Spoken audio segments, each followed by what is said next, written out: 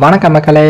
இன்னைக்கு நம்ம என்ன பார்க்க போறோம்னா, சிஎஸ்கேவுக்கு சாதகமாக மாறிய KKR versus Delhi match result, புள்ளிப்பட்டியலில் நிகழ்ந்த பெரும் மாற்றம்.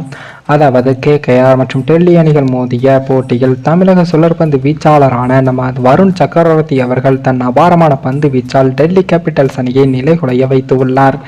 இந்த போட்டியில் டெல்லி கேபிட்டல்ஸ் அணியானது முதலில் பேட்டிங் செய்தது.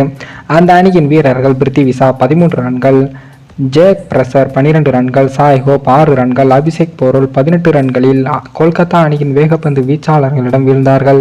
டெல்லி கேபிட்டல்ஸ் அணியானது 68 ரன்களுக்கு 4 விக்கெட்டுகளை இழந்த போதும் ரிஷப் பண்ட் களத்தில் நின்று ரன் குவித்தார். அப்போது வருண் சக்கரவர்த்தி அபாரமாக பந்து வீசி 2 விக்கெட்டுகளையும் ஏற்படுத்தினார். ஆனால் கொல்கத்தா அணியின் ஃபீல்டர்கள் கேட்சுகளை நழுவ விட்டு செய்த சொதப்பலால் அந்த விக்கெட் வாய்ப்புகளும் பறிபோனது.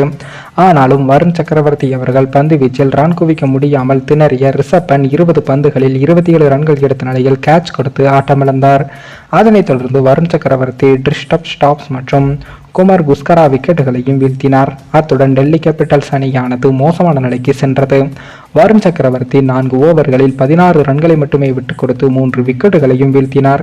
பின்னர் குல்தீப் யாதவ் 35 ரன்கள் சேர்த்து டெல்லி கேபிட்டல்ஸ் அணியானது 153 ரன்களை எடுக்க காரணமாக இருந்தார். 20 ஓவர்களில் டெல்லி கேபிட்டல்ஸ் அணியானது 9 விக்கெட் இழப்பிற்கு 153 ரன்களை சேர்த்தது. டெல்லி அணியின் சரிவுக்கு முக்கிய காரணமாக இருந்தவரை நம்ம வருண் சக்கரவர்த்தி தான்.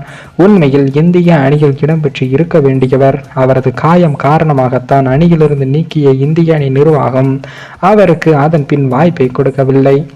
அதன் பின் பேட்டிங்கில் களமிறங்கிய கேகேஆர் அணியானது அபாரமாக விளையாடி அபாரமான வெற்றியையும் பெற்றுள்ளது. கேகேஆர் அணியில் பென் சால்ட் 68 ரன்களும், சுனில் நரேன் 15 ரன்களும், ரிங்கு சிங் 11 ரன்களும், ஸ்ரேயாஸ் ஐயர் 33 ரன்களும், வெங்கடேஷ் ஐயர் 26 ரன்கள் எடுத்த உதவியுடன் 16.3 ஓவர்களில் 157 ரன்களை எடுத்து அபாரமான வெற்றியை பெற்றுள்ளது. கேகேஆர் அணியின் இந்த வெற்றியானது சிஎஸ்கேவுக்கு மறைமுகமாக புள்ளிப்பட்டியலில் உதவியுள்ளது. ஏனென்றால் இந்த போட்டியில் டெல்லி அணி மட்டும் வெற்றி பெற்று இருந்தால் டெல்லி அணி 2வது இடத்திற்கு வந்து இருக்கும், சிஎஸ்கே அணி 4வது இடத்திற்கு சென்று இருக்கும்.